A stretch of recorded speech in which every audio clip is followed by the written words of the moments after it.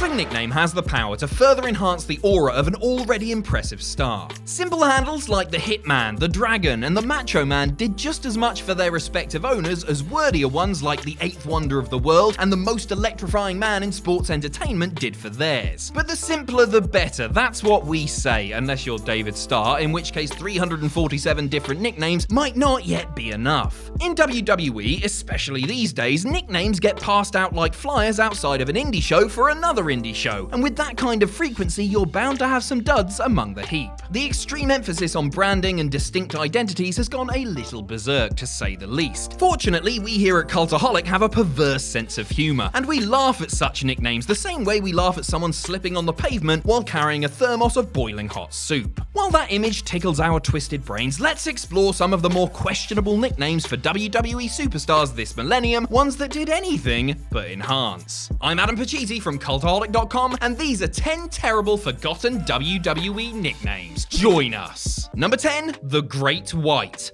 Surely you could do better. Understandably, you want to capitalize on the unique appearance of Sheamus, whose blazing red hair contrasts with milky white skin in a manner that lets him stand out from an already eclectic pack. If you're going to give Sheamus a nickname that calls attention to his distinctive look, couldn't you make reference to his fiery follicles, or at least his muscular frame? I guess it could have been worse. He could have been the albino rhino, or the human stick of chalk. Seriously, while the man's pallor is quite noticeable, are you sure you want to pigeonhole a wrestler with such endless potential on his snowy skin color? And besides, Great White what? Is he a great white shark? How about a Great White Hope? Perhaps he's an LA-based glam metal band composed into the body of one heavyweight brawler. And when announcers like Michael Cole endlessly prattle on about the Great White in an attempt to get the name to stick, it felt more unnatural than, well, Sheamus's appearance itself. Number 9, the AllAmerican American. When Jack Swagger entered WWE's crosshairs a decade and a half ago, the mind probably reeled at what could be done with this incredible athlete. The current enforcer of the Inner Circle was already an amateur wrestling standout at the University of Oklahoma, earning All-American honors in 2006 while setting a school record for most pins in a single season. To earn All-American honors in wrestling is to place exceptionally high on a national level, and attest to Swagger's potency on the mat. Had he just been called the All-American, like Ron Simmons before him, that probably would have done the trick. But the All-American American? The intentional redundancy felt needlessly wordy, especially since Swagger was playing a heel. An all-American character who brags about his athletic superiority in the vein of Kurt Angle would have been fine. But All-American American sounds like national pride gone haywire. Are we supposed to boo Swagger because he's proud of his athletic achievements and because he loves his country? Or are we booing him for being too stupid to see the obvious redundancy? Either way, we wouldn't dare call him stupid because he would choke us out. Number 8, Creepy Little Bastard. Boy, wrestling sure loves its bastards, doesn't it? Bobby Lashley forcefully let us know that Finlay was one. Pac gleefully informs us that he's one, which Justin Roberts echoes with a hint of disgust. Vince McMahon's bastard son Hornswoggle was once known as Lil Bastard. Point is, being a bastard in wrestling is something to aspire to. Unless of course you're Christian, in which case the bastardization was meant as a scarlet letter, with an equally red CL preceding it. In those Wild West days of the Ruthless Aggression era, Christian was tagged with the Creepy Little Bastard designation by Stone Cold Steve Austin in the hope that the crowd would chant CLB at him. While Austin generally had the Midas touch in his time as Stone Cold, even he couldn't get CLB to glimmer any, as Christian wasn't particularly creepy or little, or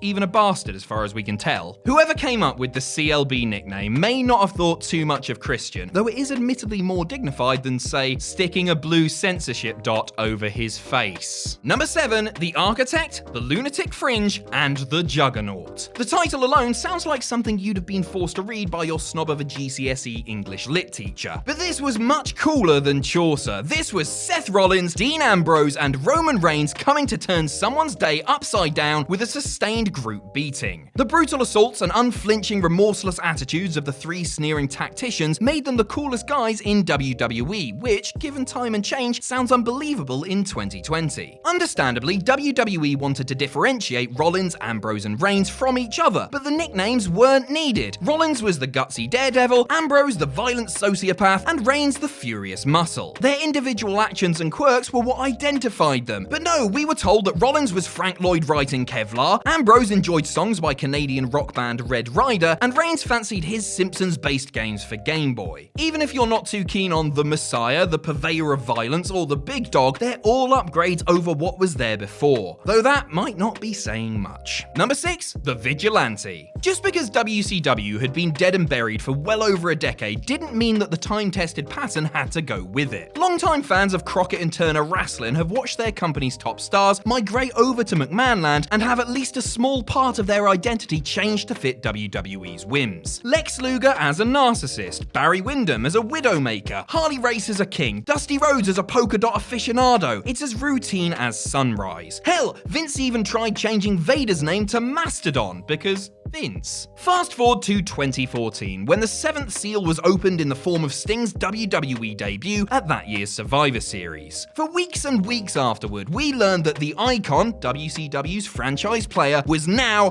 the Vigilante. And we knew this because Seth Rollins said it so often that we can only assume he got a 6-figure bonus every time he said the word. Number 5, the Treacherous Troubadour. If you've ever read the WWE.com previews for upcoming Raw and SmackDown episodes, you know that the poor scribes have to sometimes insert the nicknames of the wrestlers in lieu of their regular names, making for some truly awkward sentences. Exhibit A, a preview of Elias' match with Jeff Jarrett from a little over a year ago. With Road Dogg in his corner, can Jarrett defeat the Treacherous Troubadour? Other previews indicate that the nickname was used during Elias' feud with Braun Strowman. Now, a troubadour is a poet who puts words to music. Someone who is treacherous is prone to betrayal or faithlessness. The first part sounds like Elias, but that second half? When was he ever really treacherous? I mean, the heel version of Elias is pretty much explicitly an arsehole to everyone, especially still mourning Supersonics fans, so he's up front with his cruelty. It's like somebody in creative services suggested troubadour to make themselves sound clever, then realised they needed an alliterative adjective. Then they realised that there weren't that many T-words that meant cruel and callous, but upon realising their lunch break was coming up, said screw it and wrote it down anyway. Number 4, the Big Hungry. When Ryback burst onto the scene in 2012, dismissive chants of Goldberg aside, it seemed like WWE had a sure thing. A muscular powerhouse that ripped through the opposition with insatiable fury. Ryback's post-match incantations of "feed me more" had started to catch on as well, as there was something there for everyone. Kids liked him because he was a dominant force in the style of the Ultimate Warrior, while older fans could appreciate someone unique that was booked like a sustained winner for a change. We know Ryback best as the big guy, which has an obvious charm. The broad shoulders and the Volkswagen-sized biceps are fitting of a heavyweight competitor, but there was also something casually friendly about it. Hey, check out the big guy. Sup, big guy? See, that sounds kinda natural. More so than the insipid Big Hungry tag that WWE hung on him during his late 2012 headline run. Unless WWE was planning to market a home game of Hungry Hungry Rybacks, and why the hell didn't they, then Big Hungry was just a clumsy and unnecessary tie-in to feed me more. Number 3, Wizards of the Wicked Wood. No, I haven't suffered a head injury. This was an actual phrase uttered on WWE commentary several times in 2001, likely in an effort to try and make it a thing like fetch. Don't believe me? Fire up that year's Backlash on the network and watch as all 3 Dudley boys take on the trio with the greatest theme music ever, X Factor. There, you'll hear Jim Ross attempt to get this chunk of alliterative vomit over ad extra nauseam. Let's deconstruct this phrase, shall we? Wood represents the tables that Bubba Ray, Devon, and sometimes Spike put their opposition through, so at least that's sensible. Wicked is more at home with some fictional character like a queen, a witch, or a stepmother, and,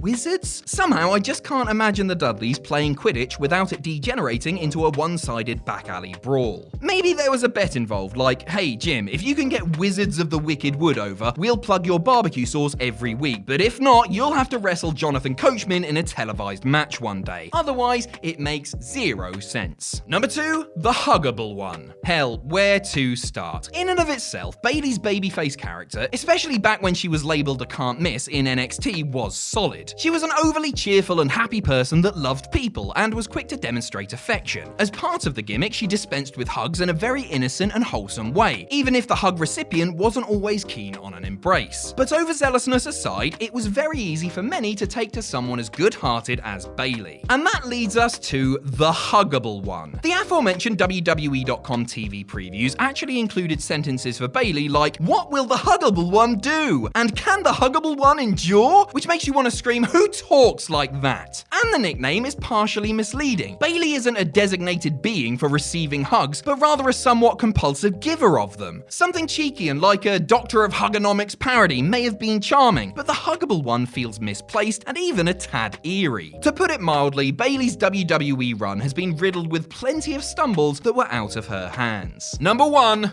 Booger Red. There's just something about this phrase that immediately induces a laugh, kinda like when your buddy exaggerates his dating prowess or his ability to bench staggering amounts of weight. The fact that it was applied to a star the stature of The Undertaker only enhances the guffaws. Here is a legend with many impressive labels, from the Phenom to the Lord of Darkness, the Man from the Dark Side to the American Badass, and here's Jim Ross calling him Booger Red circa 2002. One is clearly not like the others. So what in the hell is a Booger Red? Well, contrary to what you might think, it's not nostril mucus caked in blood. It's actually the nickname of legendary Texas University linebacker Tommy Nobis. You see, Booger is also Southern slang for a frightening demon, hence where Boogeyman comes from. The fearsome Tommy also had red hair, so he was nicknamed Booger Red. JR tried to work the same name in for the imposing, also red-headed Undertaker, only to thoroughly confuse the audience, who all immediately thought of crimson-drenched nose copper. Not every JR-ism can equal the potency of government mule, naturally.